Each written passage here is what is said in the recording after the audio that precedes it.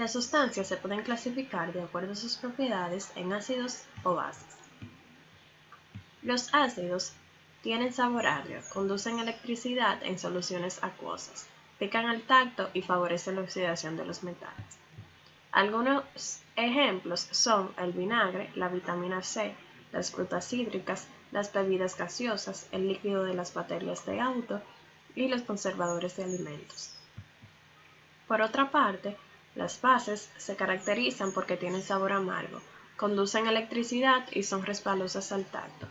Algunos ejemplos de bases son los jabones, las pastas dentales, los limpiadores de casas, los polvos para hornear, los medicamentos antiácidos y los decolorantes de cabello. Muchas sustancias son peligrosas o difíciles de identificar como ácidos o bases por sus propiedades físicas, ya que no se pueden tocar, oler o probar. Para ello se recurre a la medición de pH. El pH es una medida que define la cantidad de iones de hidrógeno que contiene una solución para determinar si es ácido o base. Significa potencial de hidrógeno. Una sustancia con mayor número de iones de hidrógeno es una sustancia ácida, mientras que una sustancia con menos iones es alcalina, es decir, es una base. Para identificar el pH se emplean instrumentos como el papel tornasol y las tiras de indicador universal, o indicadores naturales como el extracto de col morada. Cuando el indicador tiene contacto con la sustancia, este reacciona con los iones de hidrógeno y cambia de color. En el caso de las tiras de indicador universal, si cambia hacia un color cercano al rojo, es un ácido, y si es parecido al azul, es una base. Si está en verde, el pH es neutro.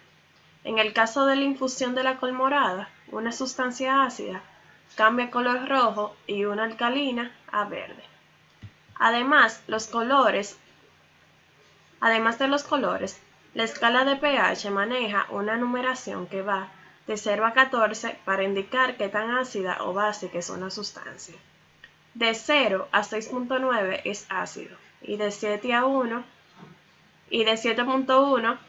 a 14 es básico.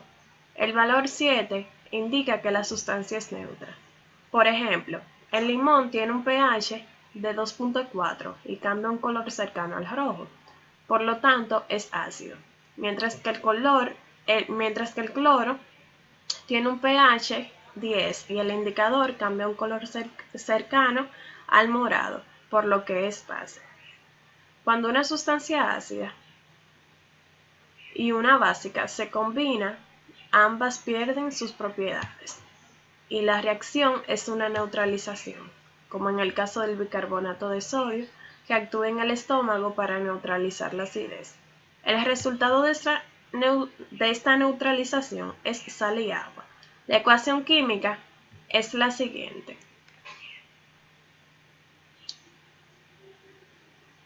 HX representa un ácido más YOH que representa una base. Producen YX que representa una sal más H2O que es agua. En este ejemplo se mezcla ácido sulfúrico más hidróxido de potasio que producen sulfato de potasio y agua. Reconocer sustancias ácidas, básicas y neutras te permiten interactuar con ellas de forma adecuada, identificar sus usos y beneficios en la vida diaria. Estuvo con ustedes Eliane Galván Gil.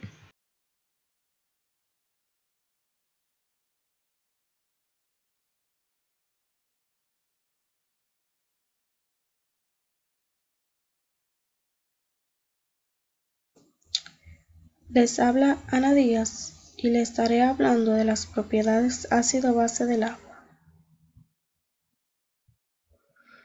Como sabemos, el agua es un disolvente único capaz de actuar como ácido o base. Funciona como un ácido frente a bases como NH3. Es un electrolito muy débil, así que es un mal conductor de electricidad, pero experimenta un ligero ionización. Equilibrio de ionización del agua. El agua pura es un electrolito débil que se disocia en muy baja proporción en sus iones de hidrógeno o hidrógeno, H3O, también escrito como H+, e hidróxido. Dos moléculas polares de agua pueden ionizarse debido a las fuerzas de atracción por puentes de hidrógeno que se establecen entre ellas.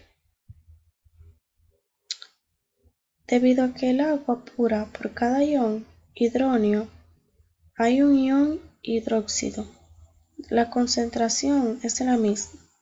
Las concentraciones de hidrógenos, también llamadas de protones y hidroxilos, son inversamente proporcionales, es decir, para que el valor de la constante de disociación se mantenga como tal, el aumento de una de las concentraciones implica la disminución de la otra. Producto iónico del agua. La reacción del agua pura para la formación de H3O más y OH- se llama la autoionización del agua o hidroprotólisis del agua. La naturaleza reversible de la reacción indicado por la flecha doble significa que se establece un equilibrio tal como es el ejemplo es aquí. La expresión de equilibrio es: esta expresión contiene el cuadro de la concentración molar del agua en el denominador. Sin embargo, solo una pequeña cantidad de agua reacciona para establecer el equilibrio, por lo que la concentración del agua permanece especialmente constante. La concentración del agua H2O se considera constante al comparar la concentración del agua pura sin disociar con la parte ionizada quedando. A esta expresión se le llama como producto iónico del agua, que se representa como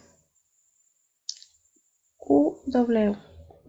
En ella las concentraciones de iones H positivo y OH negativo se expresan en unidades de molaridad.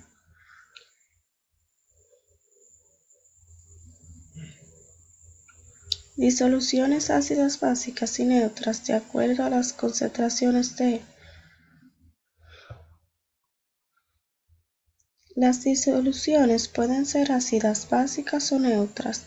Una disolución ácida será aquella que tenga una mayor concentración de H positivo en comparación con OH negativo. Una disolución básica será aquella que tenga una mayor concentración de 0H negativo comparación a H positivo. Una disolución neutra será aquella que presente igual concentración de H positivo y O negativo. A partir de la relación que se establece con H positivo y OH negativo, se puede conocer la concentración de cualquier ion y definir qué tipo de disolución es. Por ejemplo, si se quiere determinar OH negativo para una disolución cuya concentración de H positivo es de 2,0 e por 10⁻⁴, de valor incluye que H positivo Saludos, yo voy a estar hablando del pH, una medida de la acidez. El pH es el logaritmo negativo de la concentración de iones de hidrógeno. Es utilizado como una escala numérica para medir la acidez y la basicidad de una sustancia. Escala del pH. Los ácidos y las bases tienen una característica que nos deja poder medirlos, la cual es la concentración de los iones de hidrógeno. Los ácidos fuertes tienen altas concentraciones de iones de hidrógeno y los débiles tienen concentraciones muy bajas. El pH es un valor numérico que expresa la concentración de iones de hidrógeno. Escala del pH. Aquí en esta tabla podemos ver los escalones, por así decirlo, en lo que se divide el pH, que se dividen, por así decirlo, en 15. Del 0 al 6 son ácidos, el 7 es el neutral y del 8 al 14 son completamente alcalinos.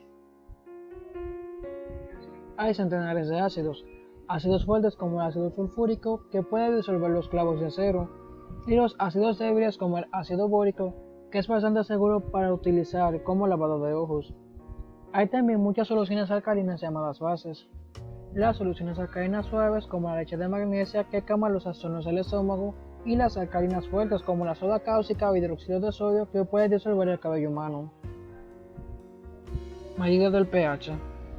Para medir el pH de una disolución podemos emplear dos métodos en función de la precisión con que queramos hacer la medida. Si queremos hacer medidas que sean muy precisas, pues tenemos que usar un pH metro. Y si queremos hacer medidas que no sean exactas, podemos usar lo que llamamos indicadores, que varían reversiblemente de color en función del pH del medio en que sean disueltas. Instrumentos. Y los instrumentos aquí presentes en el que nos vamos a basar será en el repollo morado. La razón por la que utilizamos el repollo morado es porque contiene un colorante que se llama antocianina, que le da el color morado. El colorante se separa del repollo cuando se pone en agua caliente o se hierve, o en nuestro caso lo majamos para sacarle todo el jugo. Ese colorante reacciona muy rápido con ácidos y bases, por eso el agua cambia de color. Por esa cualidad se puede usar el repollo morado como un indicador. Entonces el repollo morado nos indica si se trata de sustancias ácidas, básicas o neutras.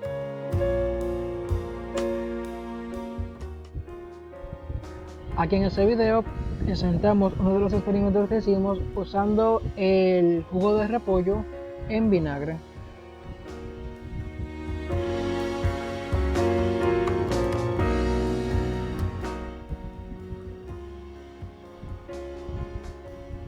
Como podrán ver, este se fue tornando de un color rojizo, dando a entender que el vinagre, a pesar de ser un ácido, cuando colocamos el repollo morado, o sea el jugo de repollo, cambió de color, que según la tabla, este está entre los ácidos.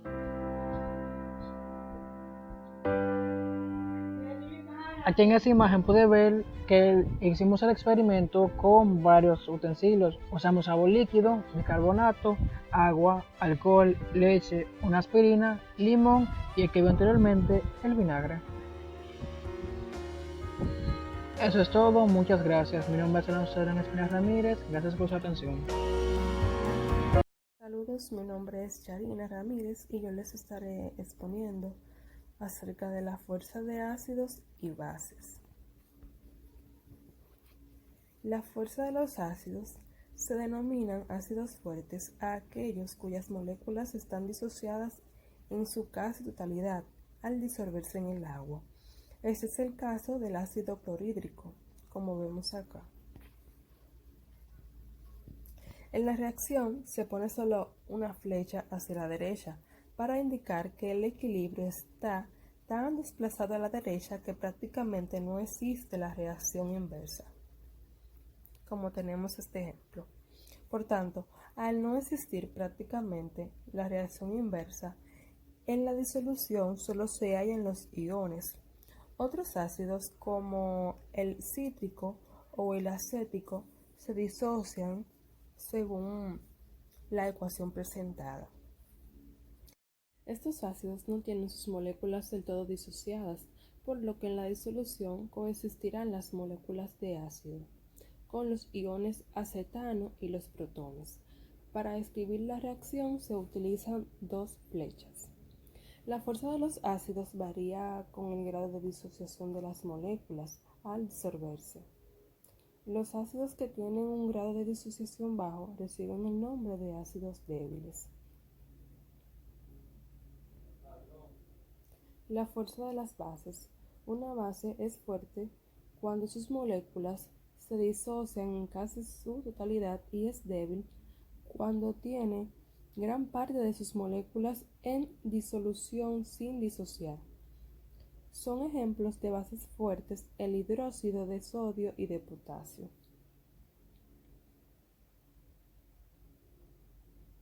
En cambio, el hidróxido de amoníaco es una base débil, por lo que la ecuación de disociación se escribe con dos flechas y de la siguiente manera.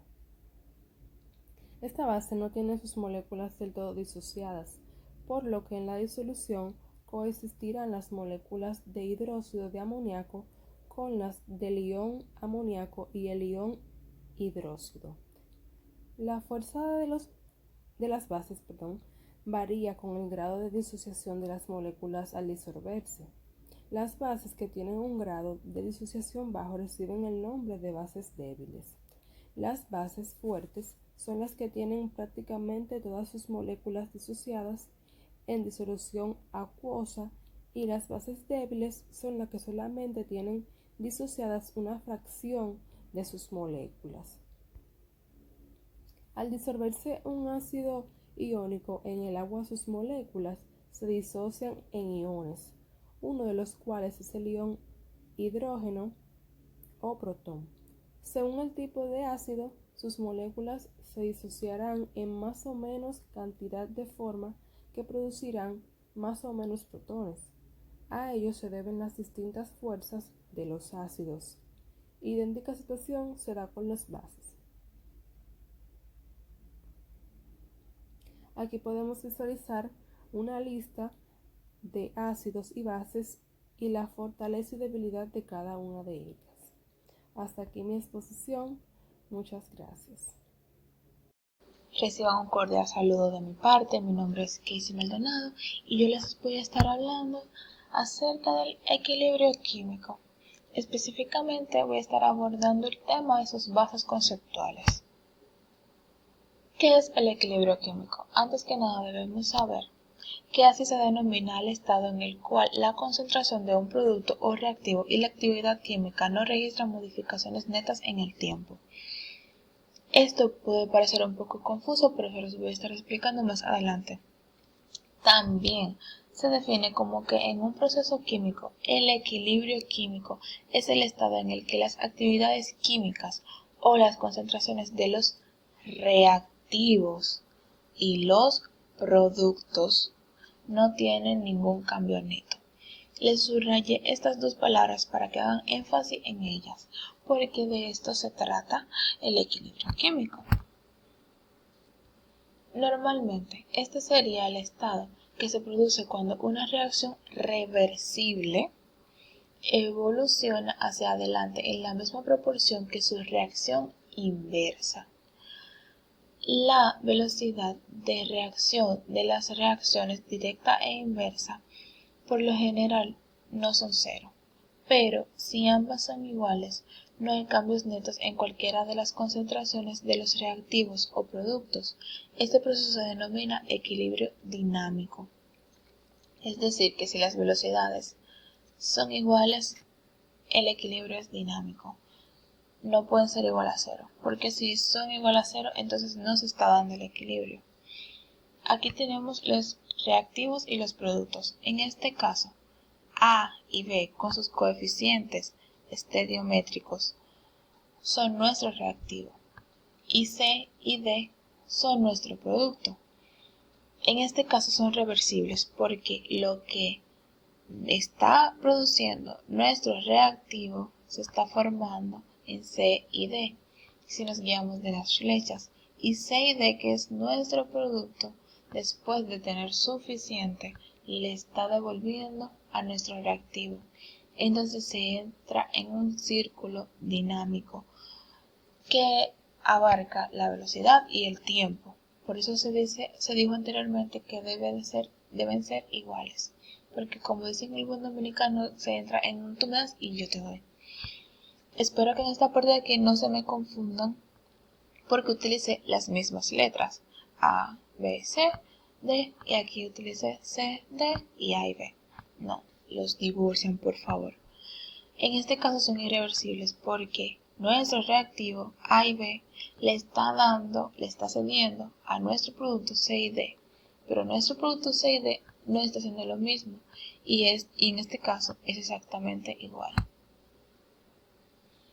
Como todo concepto en la química, este también está avalado por una ley y esta ley se llama Ley de Acción de Masas.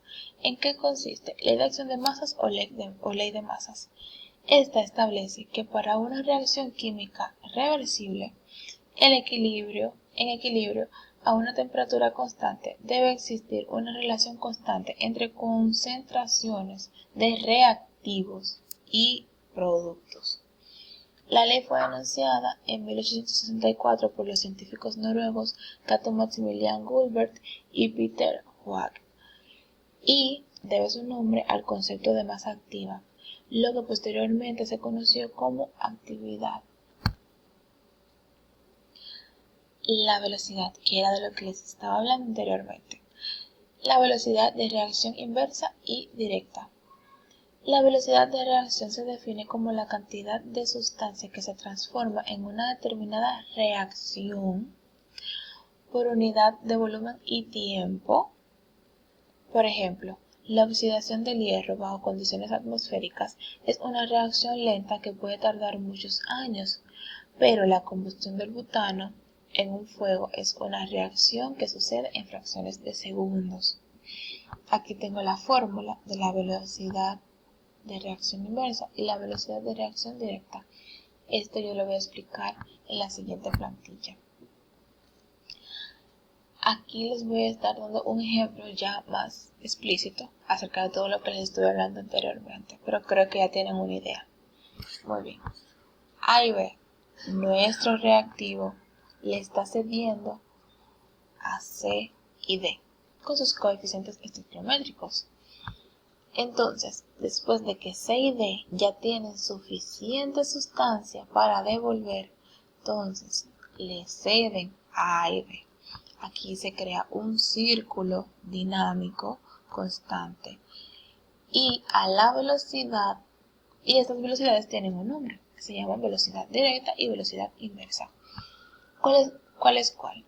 La velocidad directa es aquella cuando A y B le están cediendo a C y D, esta es la velocidad directa, y cuando es C y D que le están cediendo a A y B, esta es la velocidad inversa.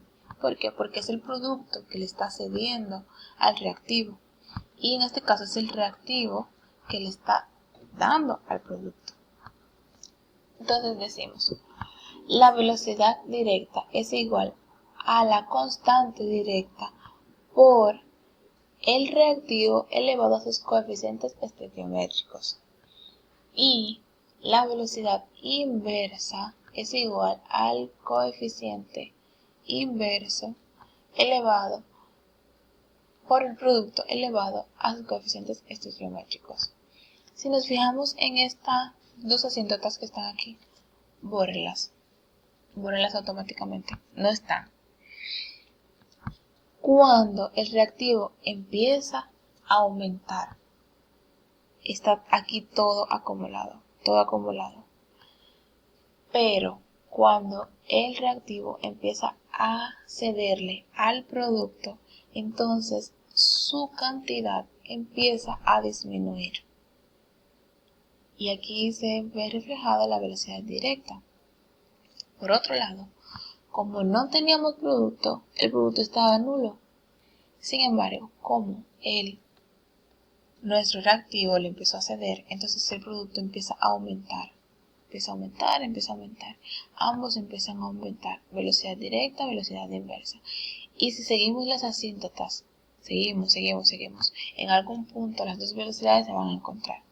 Lo que significa que nuestra velocidad directa y nuestra velocidad inversa, una es igual a la otra. Esto quiere decir que la velocidad directa es igual a la velocidad directa y que el coeficiente directo por el producto elevado a los coeficientes estequiométricos, el cociente, este es el cociente. Y nuestro cociente inverso por el producto elevado a los coeficientes estereométricos. Entonces decimos, pasamos esto a dividir acá y pasamos esto de aquí a dividir acá. Y decimos que nuestro cociente directo entre nuestro cociente inverso es igual al producto elevado por sus coeficientes estereométricos partiendo de el reactivo elevado a sus coeficientes estereométricos. Esto es igual a K sub C. Y esta es la ley de la concentración de masa. ¿Por qué? ¿Por qué esto no se puede hacer al inicio? Porque al inicio no teníamos producto. Es decir, nuestro reactivo estaba acumulado aquí arriba. Aquí estaba acumulado. Entonces, inmediatamente se crea el producto. El producto se crea y es suficiente como para que le ceda nuestro reactivo nuevamente. Entonces, aquí es donde sucede lo que les expliqué anteriormente. Velocidad por tiempo debe ser igual. Entonces, ya aquí se da lo que es la ley de masas. Espero que les haya quedado claro, espero haber sido lo más llana posible. Eso es todo. Espero que les haya gustado y mi compañera Ashley Holguín va a seguir con el tema. Eso es todo. Saludos, Dios les bendiga. Mi nombre es Ashley Holguín y en esta ocasión estaré exponiendo sobre un tema muy importante llamado la constante de equilibrio. ¿Qué es la constante de equilibrio? La constante de equilibrio es el valor de su cociente de reacción en el equilibrio químico, un estado que se acerca a un sistema químico dinámico después de que se haya transcurrido el tiempo suficiente en el que su composición no tiene una tendencia medible hacia un cambio adicional. Para un conjunto dado de condiciones de reacción, la constante de equilibrio es independiente de las concentraciones analíticas iniciales de reactivo y las especies de producto en la mezcla. La importancia de la constante de equilibrio. El conocimiento de la constante de equilibrio es esencial para la comprensión de muchos sistemas químicos, así como los procesos bioquímicos como el transporte de oxígeno para la hemoglobina en la sangre y la homeostasis ácido-base en el cuerpo. Los parámetros de reacción como la temperatura, el disolvente y las fuerzas iónicas pueden influir en el valor de la constante de equilibrio.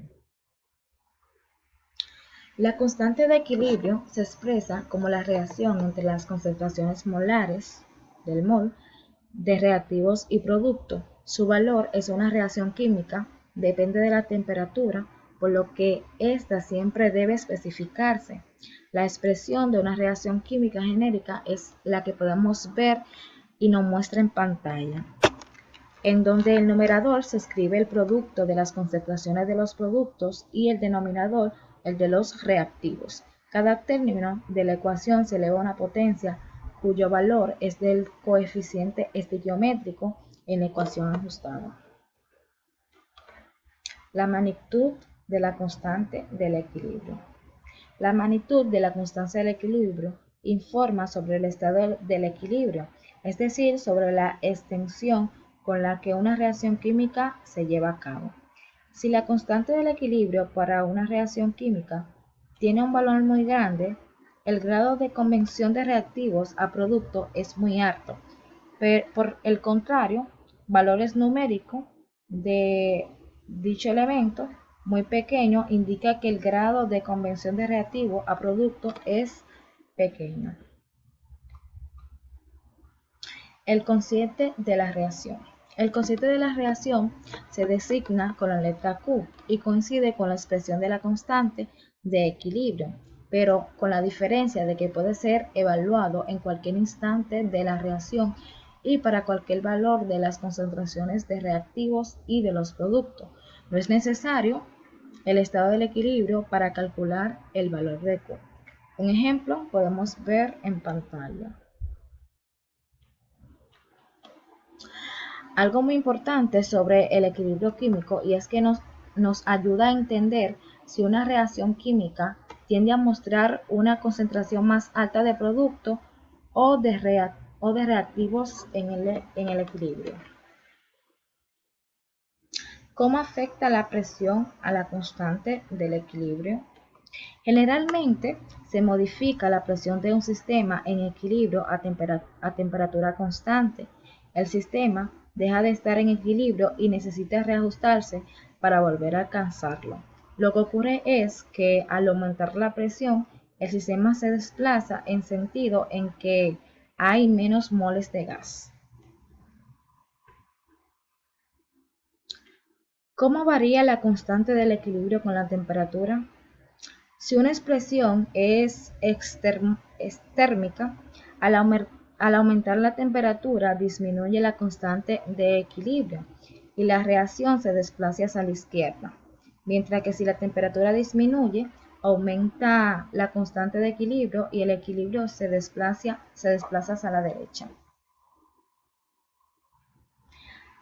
Expresión de la constante de equilibrio. La constante del equilibrio se expresa con la relación entre las concentraciones molares de reactivos y producto. Su valor es una reacción química que depende de la temperatura, por lo que ésta siempre debe especificarse. Existe una ley también llamada la ley de Coulomb. En el 1785, Charles Augustin de Coulomb fue un físico e ingeniero francés que también enunció las leyes sobre el razonamiento. Presentó en la Academia de Ciencias de París una memoria en la que se recogen sus experimentos realizados sobre cuerpos cargados y cuyas conclusiones se pueden resumir en los siguientes puntos. Los cuerpos cargados sufren una fuerza de atracción o repulsión al aproximarse. El valor de dicha fuerza es proporcional al producto de valor de sus cargas. La fuerza de atracción si las cargas son signo opuesto y de repulsión si son del mismo signo. La fuerza es inversa proporcional al cuadrado de la distancia que los separa. Estas conclusiones constituyen lo que se conoce hoy en día como la ley de Coulomb. ¿Por qué la constante de equilibrio depende de la temperatura? Esto es debido a que el valor numérico de la constante del equilibrio es dependiente de la temperatura. Si la reacción de este tipo exotérmica, al aumentar la temperatura se produce un desplazamiento de equilibrio hacia los productos, pues Q aumenta o crece el valor de la temperatura. ¿Qué pasa si la constante de equilibrio es muy pequeña?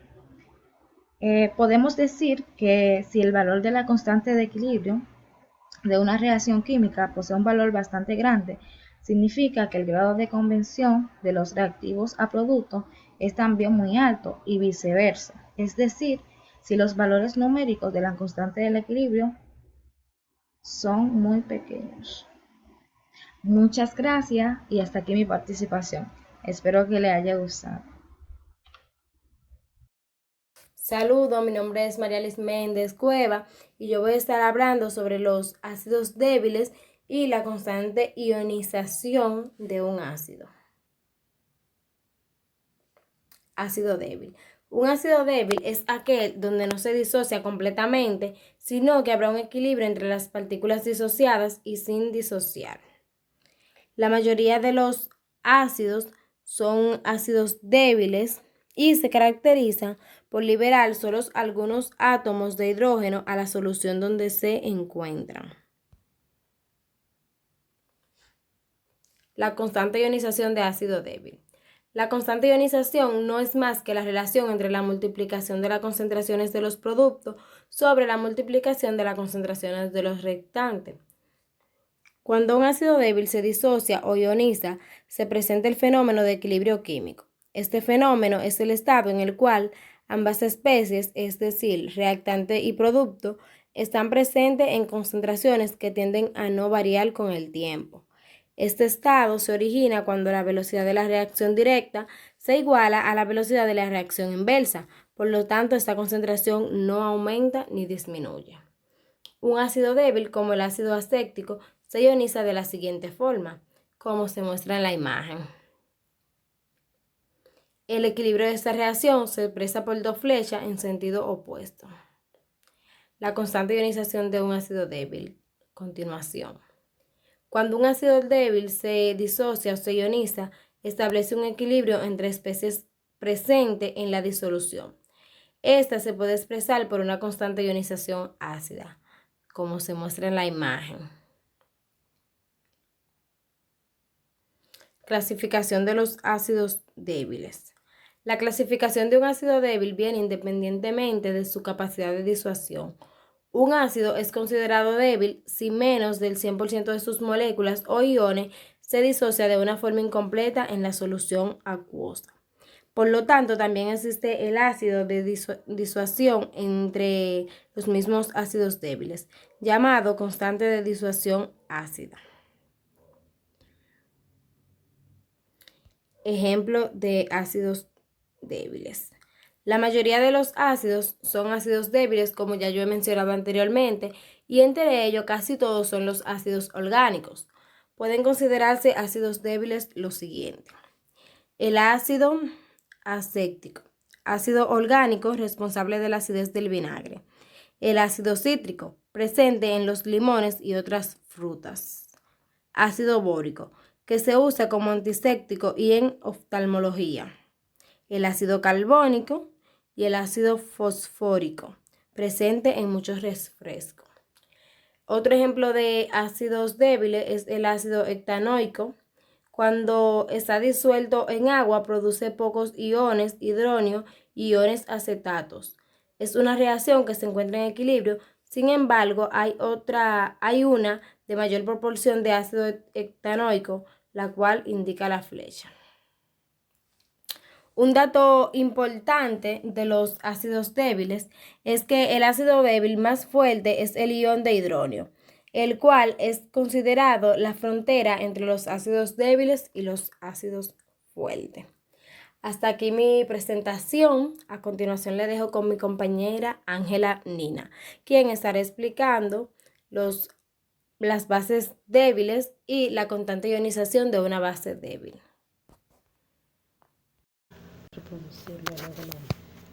En continuidad al tema anteriormente planteado, es un placer para su servidora, Ángela Nina, continuarles con el tema bases débiles y constante de ionización.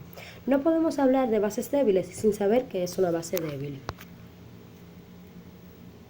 Una base es débil cuando en solución acuosa se ioniza parcialmente.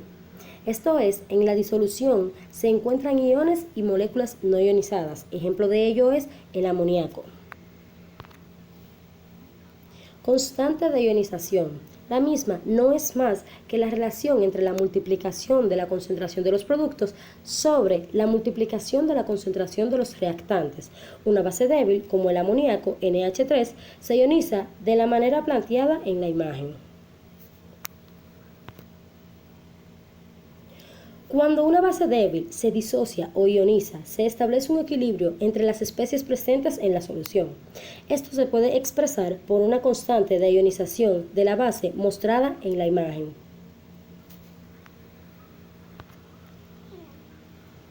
Ejemplos de bases débiles con sus fórmulas y constante de ionización. El amoníaco con su fórmula NH3 y constante de ionización 1,75 por 10 a la menos 5. Esto es representado en notación científica. Tenemos además otros ejemplos como son la anilina con su fórmula y su constante de disociación de bases débiles mostrada a su derecha. Mi compañera proseguirá con el siguiente tema. Buenas tardes, mi nombre es Darlenis Reyes, matrícula 2021-0388. El tema que a mí me tocó es relación entre las constantes de ionización y el pH de una solución, pero para entender mejor estos temas es necesario volver a repasar qué es una constante de ionización. ¿Qué es una constante de ionización? Me cito. Una constante de disociación ácida, K, también conocida como constante de acidez o constante de ionización ácida, es una medida cuantitativa de la fuerza de un ácido en disolución. Es la constante de equilibrio de una reacción conocida como disolución con el contexto de las reacciones ácidas-base. El equilibrio puede escribirse simbólicamente con HA. Este es el equilibrio con A- y más H+.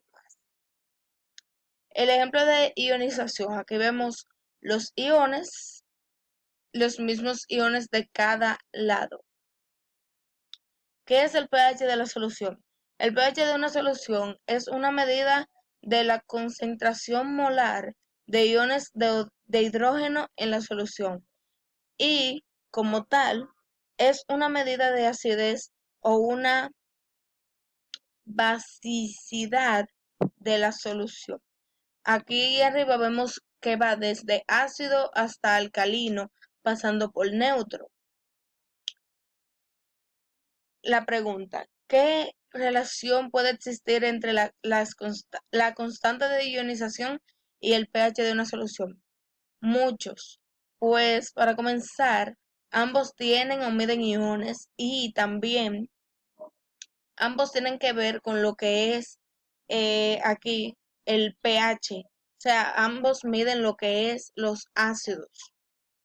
Ambos tienen que ver con la reacción de los iones, negativos o positivos, y ambos nos indican un porcentaje promedio de las sustancias, sean, como aquí vemos en la tabla, sean ácidos, sean neutros o alcalinos. Muchas gracias por su atención.